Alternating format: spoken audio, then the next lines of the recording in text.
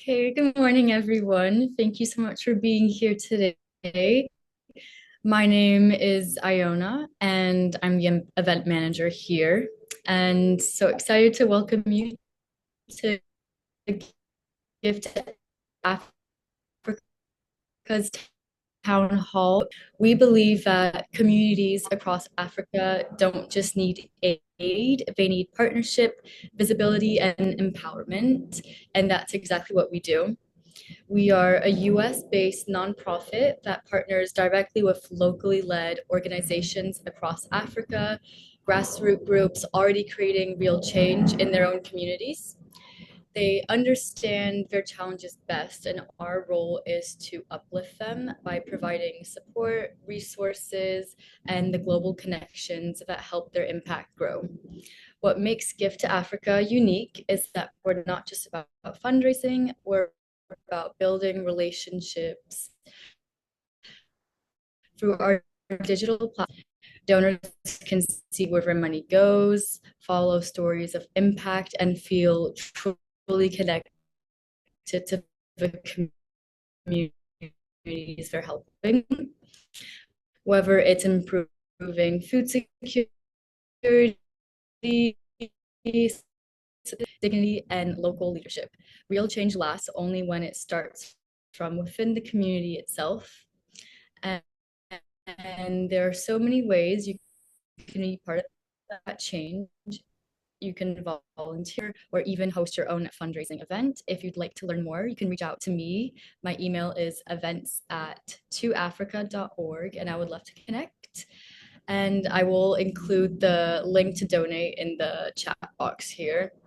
And yep, together we can turn compassion into opportunity and opportunity into lasting impact. So thank you again for being here, for your support and believing like we do that when we lift others up, we all rise together.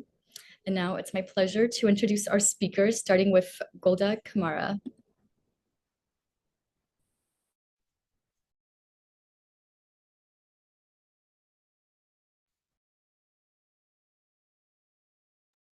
Hi, everyone. Can you hear me? Okay, great. Thank you so much for having me. My name is Golda Fania Kamara. I am a Sierra Leonean diaspora, having lived and raised in Denmark and then studied in Maryland, specifically in PG County. And then I've now based in London in the United Kingdom. I work within the space of diaspora affairs, trying to connect and the Nordic diaspora and also here in the UK with opportunities in on the continent, specifically in West Africa. And also I am a consultant within digital health. And yeah, I am a mother of one and yeah, lots of hats, I can say. Thank you so much for having me.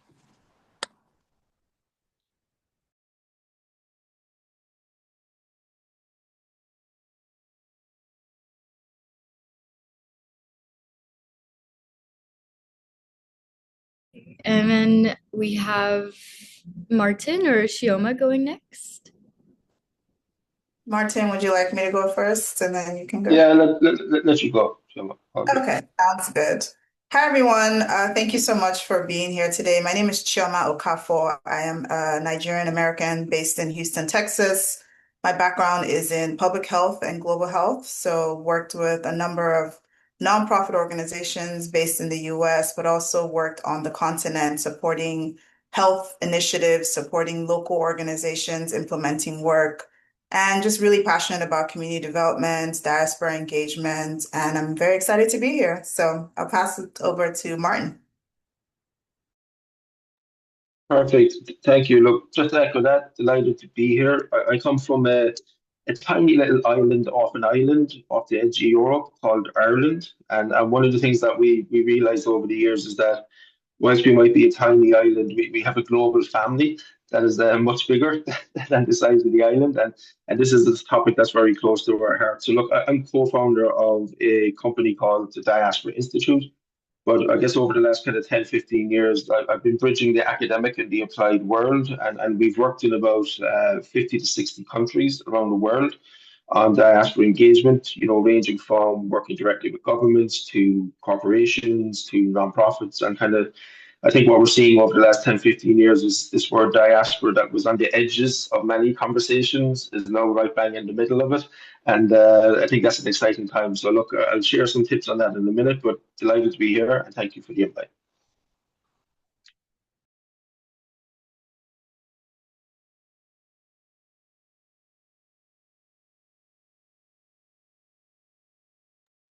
I guess I'm the last. Okay, my name is Victoria. My name is Victoria Phillips. I'm the president of Give to Africa, a nonprofit based in San Diego, California. It's my pleasure to be here. Thank you, everyone, for joining us. Thank you, Ayuna, for putting this together. This is really good. I think this is a space for us to talk about diaspora, and how we impact Africa. We're all passionate about Africa, about our countries, about our continent, and we wanted to work together rather than working in silo. So this is a platform to connect, to talk about diaspora, the power that we have, and just looking at the topic that we'll be talking about today is building bridges. So I first want to give Goda, an opportunity to talk to us, to open up the space before we have discussion about how diaspora can connect and how we can put the bridges together all for Africa. Goda. Yeah, thank you very much. And I think I think it's quite amazing already for the people who have joined. I think that's already a first step to show interest in the topics that we're going to discuss today. I'll start with myself in the sense of being living outside of the continent and traveling and having to live in different societies and cultures. I felt a sense of lack of identity. Not to say that I wasn't always confident in who I am, but I think I did not fully understand ethnic heritage and how I was moving around in different spaces in this world. And I remember just being in the States at the time, and I was in high school and I was finishing, and I finally felt like there was a sense of belonging when I met a group of Nigerians who really embraced the identity of being Nigerian American and opened up this new world for me of having this duality and being able to be proud of that heritage as an immigrant child or a child of an immigrant, and still being able to navigate the world, get educated, and contribute to society. And I think that's where the journey of understanding my role as a diaspora began. And it also really propelled me to want to support others who were along the same journey. So as the African diaspora, we know how much our family members, our mothers, uncles have contributed back home, even being abroad. And we talk about remittance, which is often mentioned when we mention the diaspora. And it's usually just the monetary, the family back home calling you and then you kind of giving. But I think there was much more than that, because they were not just giving money. They were setting up futures. They were building homes. They were, funding people's studies, and still are, medical bills. And we're kind of like a lifeline. And so when I now work with the diaspora, I want us to acknowledge that work that has been done and not just feel like, oh, they didn't really give me much, because why were they building back home and not giving me? And it's okay to feel that frustration, but also to now come into that space of understanding that they were also holding on to the piece of identity they had, in a foreign lands. So what I do now is I recently convened the Nordic Africa Diaspora collective, where the goal is really just to highlight some of these initiatives that were already happening with our parents, and then some of the initiatives that are happening across the Nordics, so Scandinavia, Denmark, Sweden, Norway, Finland, of people who are traveling back home, contributing their skills, their competencies. There's the social aspects of remittance as well, which we call social remittance, be way beyond any money that we send back home. So yeah, if you are feeling like you are in a space where being part of the African diaspora is something that you are seeking, then I think this is a good starting point. But also, I'm sure that the conversations that we're going to have leading on will also kind of do some light bulb moments of, yes, this is where I belong, and yes, I actually have always been a part of this group. And I just want to emphasize that the African Union does call the African diaspora, particularly the sixth region of Africa. So they have always acknowledged the children of Africa, no matter where they are, as part of Africa. Yes. Thank you so much. That was powerful.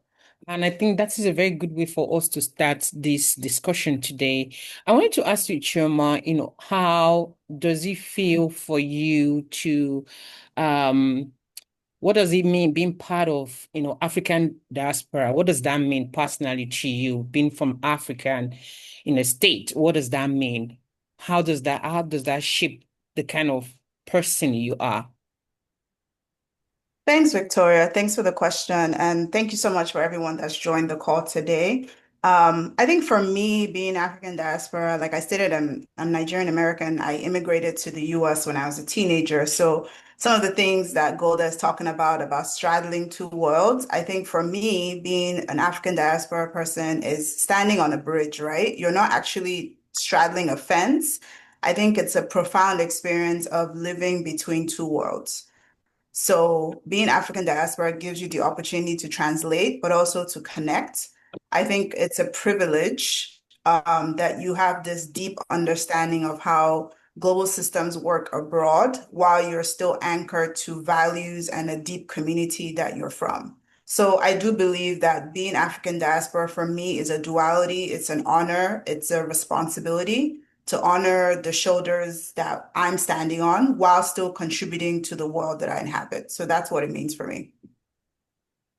Thank you so much. I'll go to Martins right now. Martins, can you tell us a little bit about your connection to Africa? You are the only white man here. Can you tell us your connection? How does your skin color, the work that you do, how does that shape and identify you to Africa? And how does that passion, to lead Yeah, that network, how do you get it? thanks, Victoria. Look, I could be here for a year, explaining that. Look, genuinely, I think, it's just what Golden Jim has said. I think quite sometimes we're kind of quite rigid in how we think about this topic. And when you begin to think about, the lens of belonging, belonging doesn't start and end with a passport, for example. It doesn't start or end with, the color of your skin. So I think I saw in the chat a colleague from Malawi. So one of the countries I'm probably most passionate about in the world is Malawi. Now, you wouldn't think about that looking at me, right? In the sense of where we're going. But I've had transformative experience, and I think it's about one of the things I'd say is that diaspora engagement.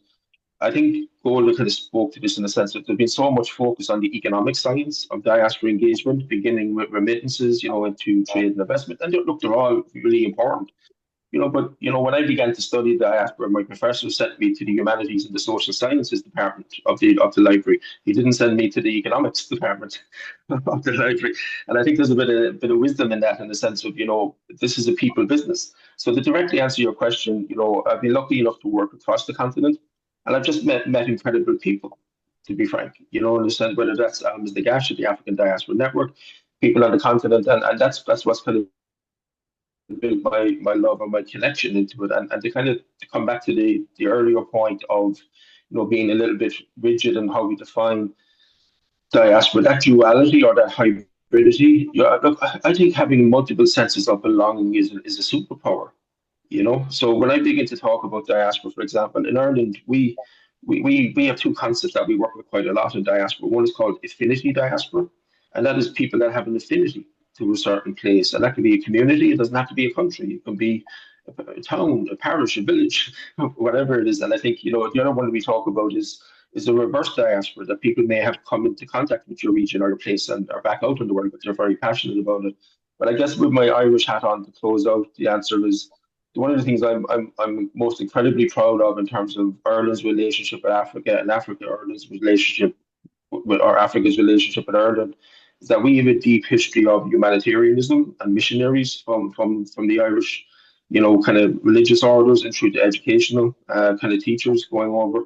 And I actually see the diaspora engagement piece as the next frontier of our relationship in that regard. I think we can, we may come to this later, but diaspora engagement is a non-competitive industry. Somebody that wants to help Malawi, probably doesn't want to help Mauritius. So we can actually share and kind of, we say copy and steal everything in the sense of the models for diaspora engagement. So I think we need to do it. So that's a bit of my background. And as I say, don't fall into the trap of being a white man on the call. I'll do anything for Malawi if the phone call is right. Okay, thank you very much. That's well explained. I want to go back to you. I want to talk about our collective strength and unity. So, Chioma, what unites us as African diaspora? Or what shared vision do you think we can start seeing development? And Goda, my question to you is, what divides us as diaspora? How can we overcome our division? And how can we work collectively? Any one of you can go first. I can maybe I can start and then Golda can continue. So you're asking what unites us, right? Is that the question? What unites us as African diaspora? Yes, what unites? Okay. So I think maybe the first thing I'll start with this first idea of that. I think we are in a new era of diaspora connection.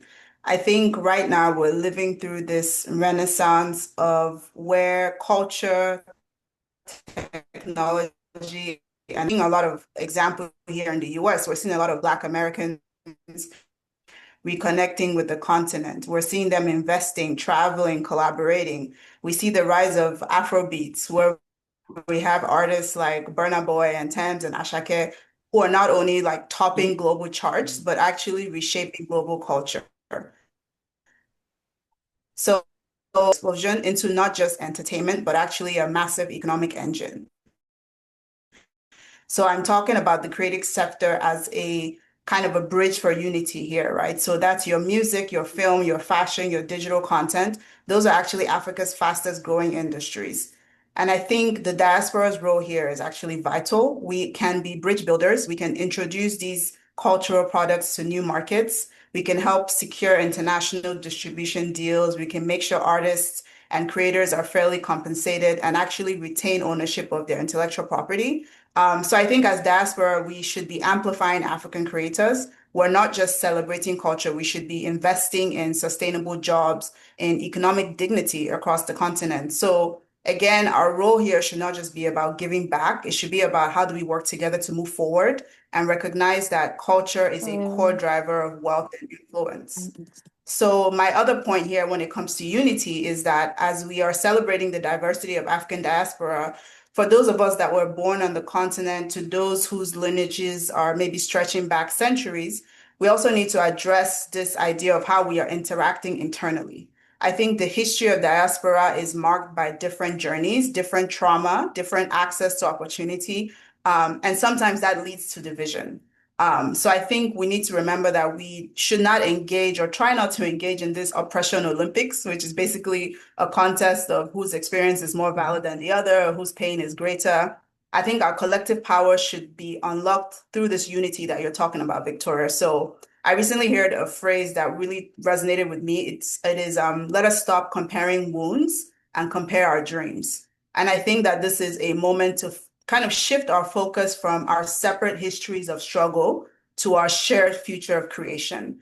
And so our dreams for Africa should be about peace and prosperity and global leadership, and they should be the same. So it requires a united front. So that's what I think when it comes to unity. So I'll stop here and pass it over to Golda.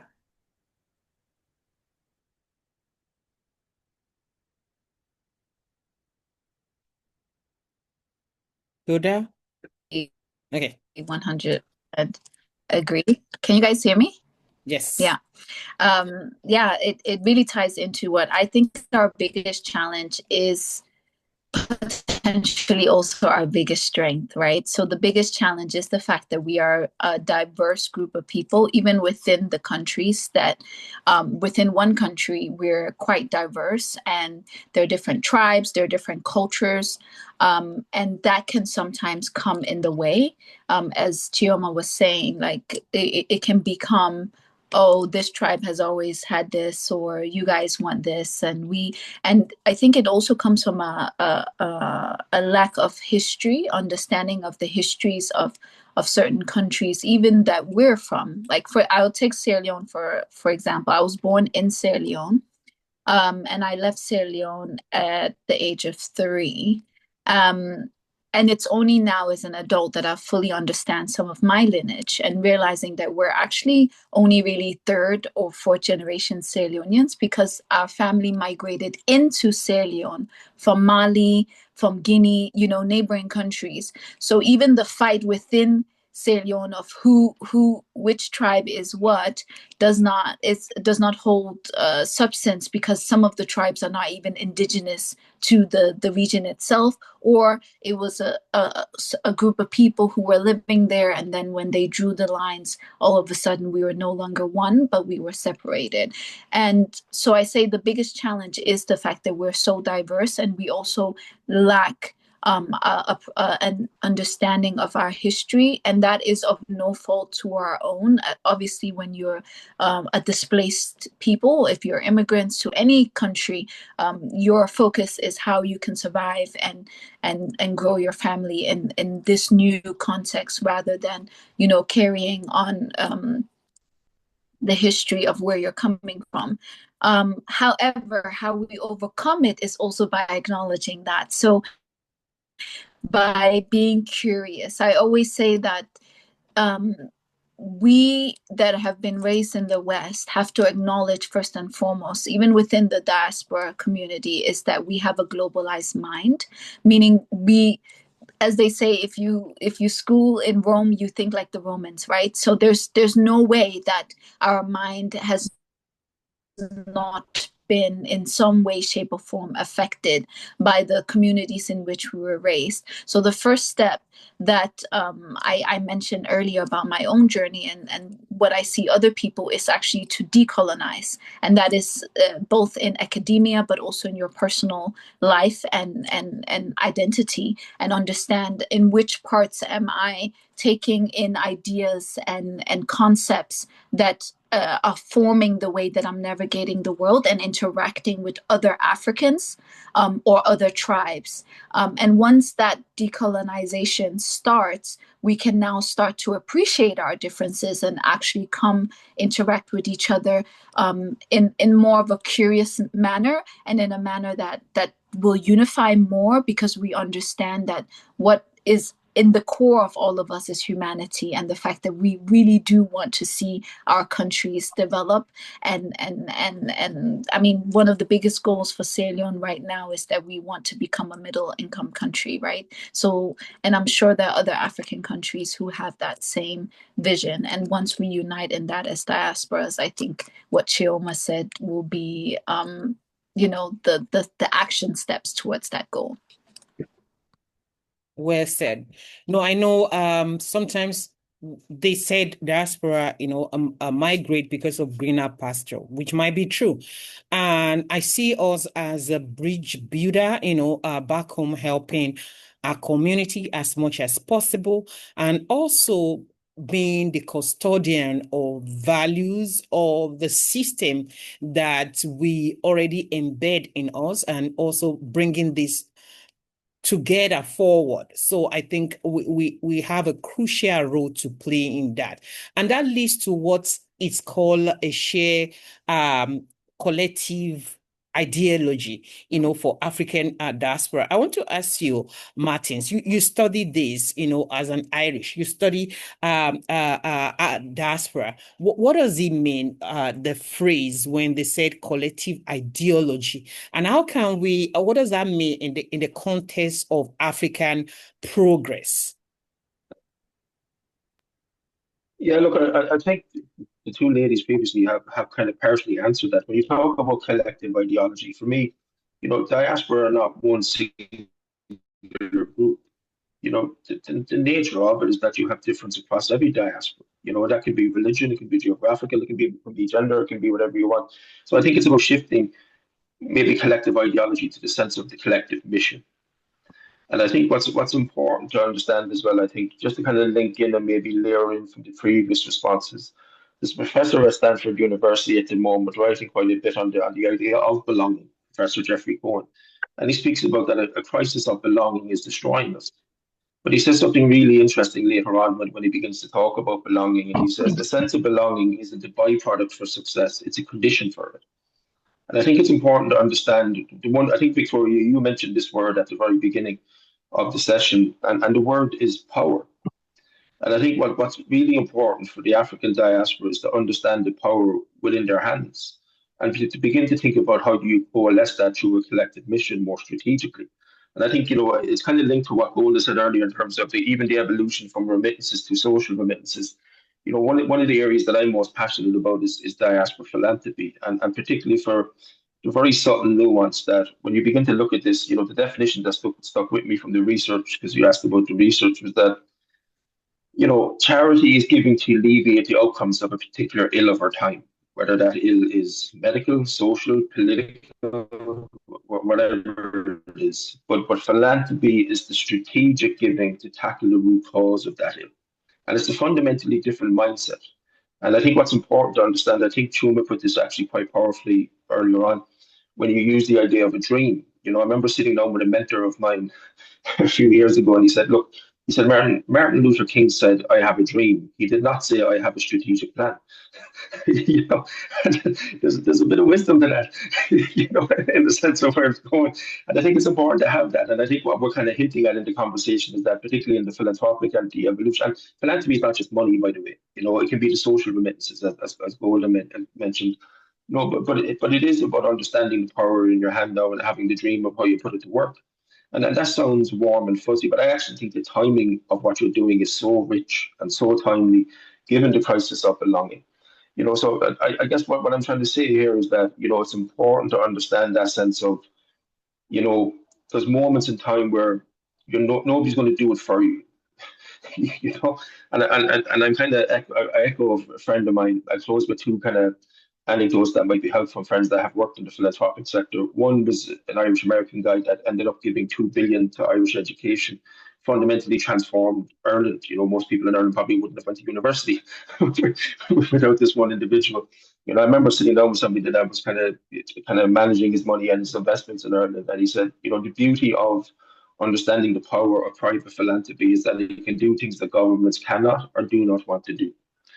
And, that's really interesting when you begin to think about it.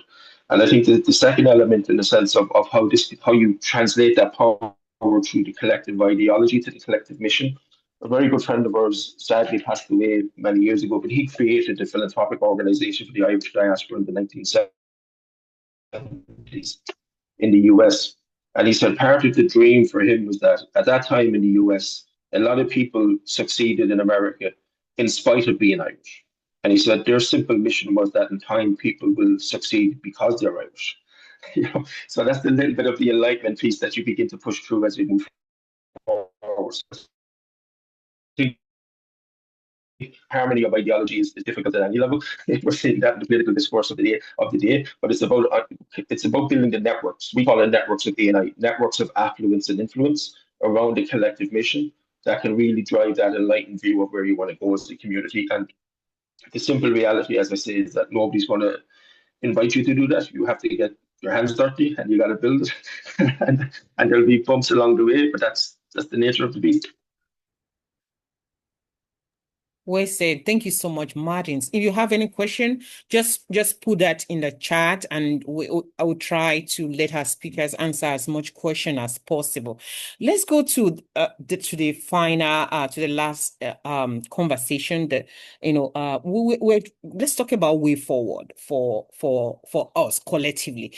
Africa is the largest continent, and we have so many countries. Recently working with African communities. It's multiple layers. We work with so many community at Give to Africa, and we see so many cultures, so many people, and it's like as if you're working with the different world entirely. So I want to ask you, I'll start with you, Chioma. What do you think? What action do you think us as diaspora can take to strengthen African growth? Looking at how huge our community is, how huge, home is for all of us, and how can we do that? How can we collectively, how can we strengthen the growth that we are systematically building? That will be my question for you, Choma. And for you, Goda, I will ask you, what legacy do you hope that the diaspora can leave for future generations, so that the future generation can start seeing something to build on, something to kind of hold on to? What do you think we should start building collectively as diaspora in terms of future legacy? Okay, so let me start. Thank you for the question, Victoria. I have a long response, but I'll try to keep it as brief as possible. I think we need to acknowledge things.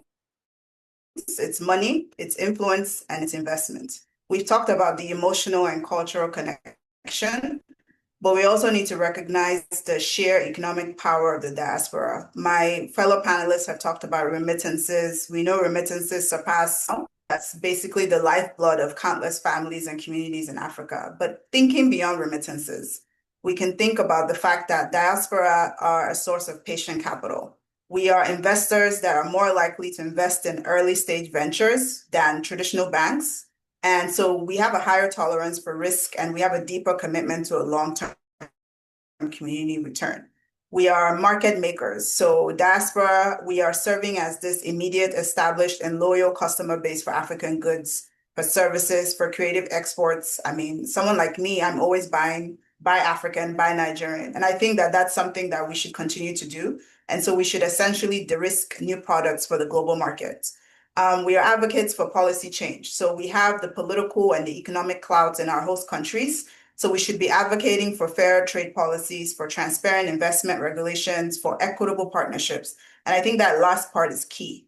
Our financial power is not a drop in the bucket, and we need to acknowledge that it's actually a sustained flow of capital, of talent, of consumer demand, and it will actually reshape African markets. So I think one of the things that diaspora we need to do is leverage this collective power more deliberately. We need to be transforming remittances into targeted high-impact investments. Maybe my second part and maybe last piece of my comment will be around youth and how we need to remember and recognize that Africa's greatest resource is not oil or minerals, it's young people. Over 60% of Africa's population is under the age of 25. And I think that's an incredible asset. And as diaspora, we need to be helping those young people, equipping them to lead in a global digital economy. That means investing in education, investing in entrepreneurship, investing in partnerships. And I think that that will be a key role for diaspora to mentor, to fund, to create networks that allow Africa's youth to compete, not just participate in the global marketplace. And I think that's where organizations like Gift to Africa come in, where you're creating a platform for organizations to have access beyond their immediate community to get funding, to get ideas, to get partnerships. So I want to say that that's how the future will take shape. If we also think about the fact that artificial intelligence is reshaping our world, right? And we need to think about how, as diaspora, AI isn't a threat, but it's an opportunity for us to scale our impact. So think about how can we develop an AI platform that will map diaspora expertise to local needs, where a health analyst or a health professional like myself that lives in Houston can connect with a social enterprise in Lagos and support them. I think AI is an important piece for us to also think about when we're thinking about transparency and accountability and tracking impact in real time. It's an opportunity for us to build trust. And a key part of any partnership now as diaspora is that we need to be humble. It requires humility. It means co-creation, not control. It means standing with African organizations and African people, listening, learning, and building together. And I think that as diaspora, we can strengthen governance, we can foster accountability, we can invest in leadership development. And those are all the things that we should be doing, even on an individual level, is taking one step to mentor, to invest, to share your skills, or simply use your voice to tell a different story about Africa. So I'll stop here so that my other panelists can add in. Yeah, thank you so much for that, Chioma. And I completely agree. And I think that nicely ties into the legacy. Once we realize the privilege and that we have as the diaspora and all the resources that we have as well, I think if we channel that in the right way, then we can leave a legacy as the sixth region, really helping our individual African countries or across the continent to develop in a way that is equitable for all, and also recognizing local talent and the youth that is coming up. I think another part of it that I also really want us to take with us is to also recognize the youth that is outside of Africa, because I feel like there are so many people like myself who come to this like connection with the diaspora community when they're already, nearing their adulthood, so leaving teenagehood, and you start to now reflect more upon who am I, what do I want, who would I want to marry, where would I want to live. But I feel like now we have the beautiful opportunity, because of the cultural export from Africa, and because our cultures is now being more accepted.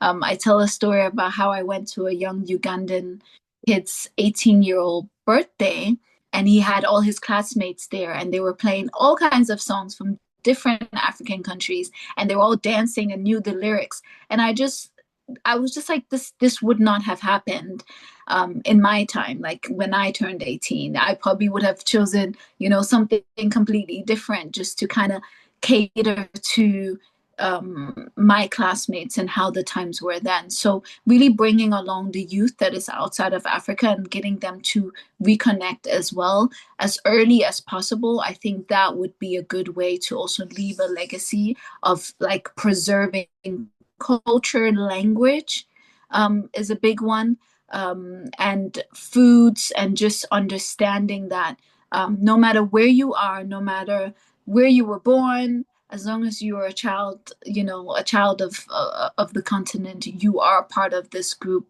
that can make a difference. Whether it's little or big, the impact really matters. That's what I would say.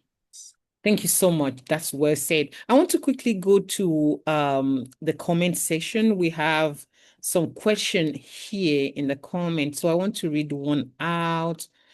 We have one from Yusuf saying, what measure to be taken into account that Africa is not a beneficiary continent, but a global market investment can be co-designed mutually.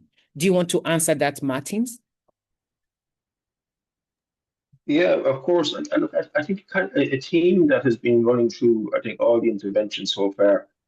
I kind of jotting down on my notes that I think we have to have more confidence in ourselves, to put it bluntly. Because I think what's really interesting, I just kind of spoke to Chioma as it's related to this question in a very simple way is who's telling your story? And who's really shaping that story moving forward. And I think, there's a concept out there at the moment by a professor at USC, Nicholas Cull, and he's linked it to diaspora diplomacy. And I think that is important in terms of how you shape the story of making Africa a real global marketplace rather than a country of beneficiary aid. And to be frank, that's the conversation. They don't want aid, they want trade. If you really want to simplify that, and that message hasn't translated to the rooms in Brussels and Washington, and it needs to. But the reality is that no one was going to tell that story on your behalf. You have to tell it yourself. And I think, I give an example, Victoria, if it's helpful in that, we did a bit of research for the African Development Bank to run a pilot project on diaspora engagement in kind of 5 or 6 countries in Africa. But when I was presenting the findings, I said one of the key things I was trying to get across to the team is that the African diaspora is arguably the most strategic asset that the continent has in articulating a new era of African power at a global level. And I think that comes at everything that Chioma said in terms of finances, investment, patient capital. I think it's everything that Golda said in terms of the generational piece. But you have to believe in that, and you have to commit in that story. So I'll give you an example in the Irish context. You might think it's not relevant, but 40 years ago, which is not that long ago, Ireland was pretty much an agricultural economy. We were pretty backward, maybe a little bit corrupt in the sense of things happening, but we were famous for kind of 2 or 3 things. We were famous for exporting our people. We were famous for exporting beef, beer, and biscuits. And we were famous for blowing each other up, to be frank.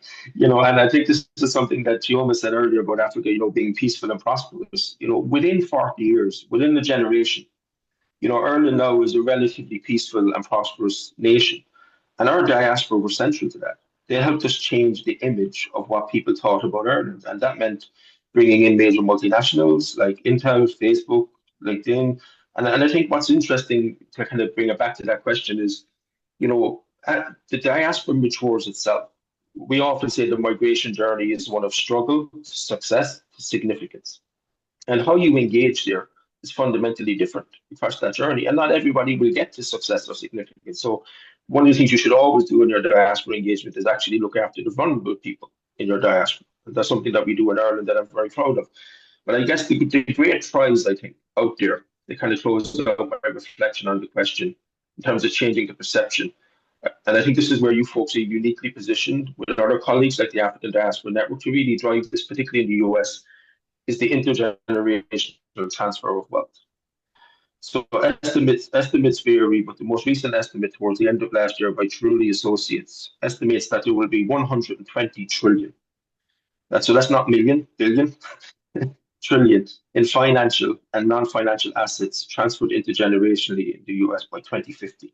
That's not that long away. And when you begin to look at people that are in that stage of their life, I think Golda mentioned it for the younger generation, but the older generation, you begin to ask yourself some questions. You begin to ask yourself, where am I from? What's my legacy going to be? What are people going to say about me when I'm not here? And you're trying to buy your ticket, as we say in Ireland, into a happier place. But the reality is that money can generally go to 3 places. The first thing you can do is give it to your children. Really interesting thing about successful people. They don't want to give their kids a lot. You give a kid 20 years of age, 10, 15 million, you ruin their life. That's the reality of it. So you want them to be secure, but you don't want to ruin their life. The second thing you can do is give the money to the government in taxes. Really interesting thing about people that had a bit of success. Generally don't like to pay taxes. I don't think anybody likes to the tax man government. So the third thing you can do with it, and stick with me because this is morbid, but have you ever seen a coffin with a roof rack? The reality is that you cannot bring your money into the ground with you. So you have to invest it. You have to give it away. You have to be strategic. So I think that's a great prize there, and that's so you can change the story through diplomacy and nation branding and storytelling, but you also change it with your money and your actions and your leadership. And I think that's the era we're kind of stepping into. And I think that hopefully answers the question. Thank you so much, Martins. Thank you so much all for listening. I want you to put in the chat the country that you are listening from, where you are right now. Just put it in the chat. We wanted you also to participate. So just put in the chat the country of resident for you, whether you're in the United States or the state. Just put it right in the chat. We'd love to know where you are watching us from. Goda, I want you to answer this question, please. What does a united and empowered diaspora looks like in your vision when you emphasize a united and also an empowered diaspora? What is your vision for that?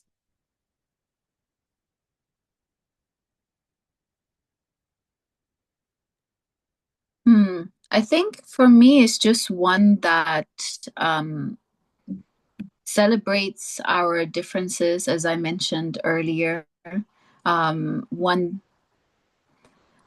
community that supports one another, and a community that shows up for one another.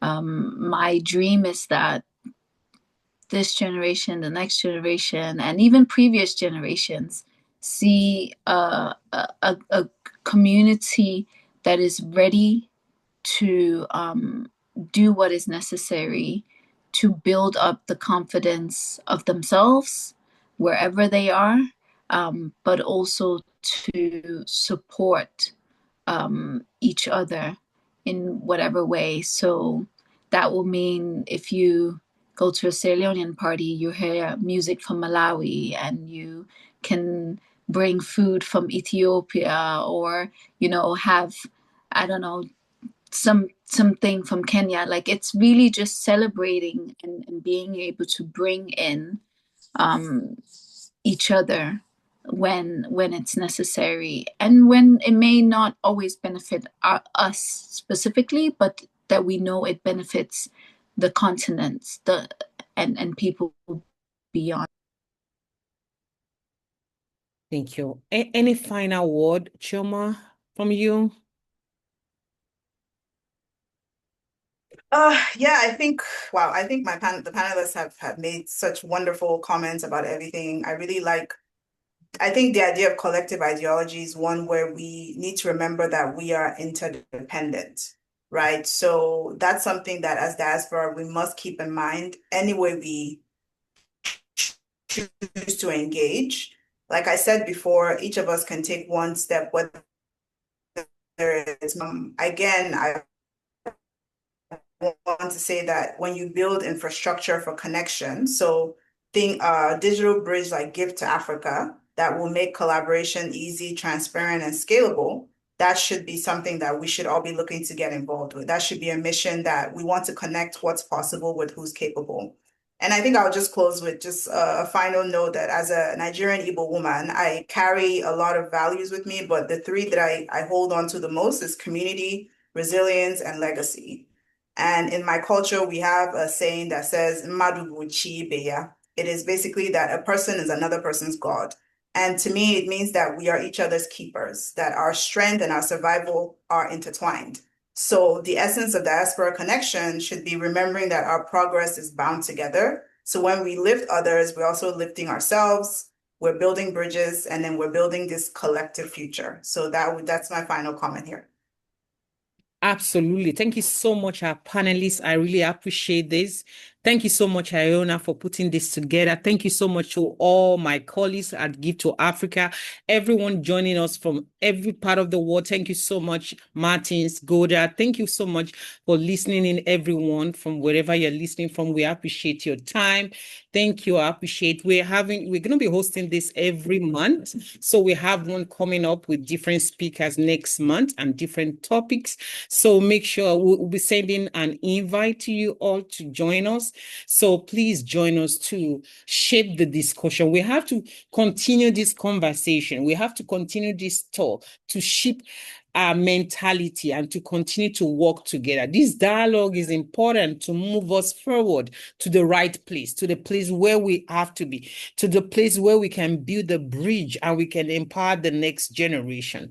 Thank you so much all for joining. And I thank Give to Africa for all we're doing together with all my colleagues, helping African community, one community at a time, with program investment, with platform, fundraising platform, and all the things we're using to support, African community, African NGOs. So if you've not subscribed to our newsletter, we have that on our website. Subscribe to learn more about what we're doing.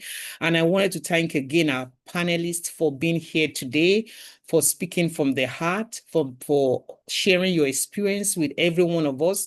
Thank you so much for everyone. We'll have the recording and we'll be sharing it, to you all. Thank you for your time, and stay blessed and have a good day. Thank you so much, everyone. Thank you.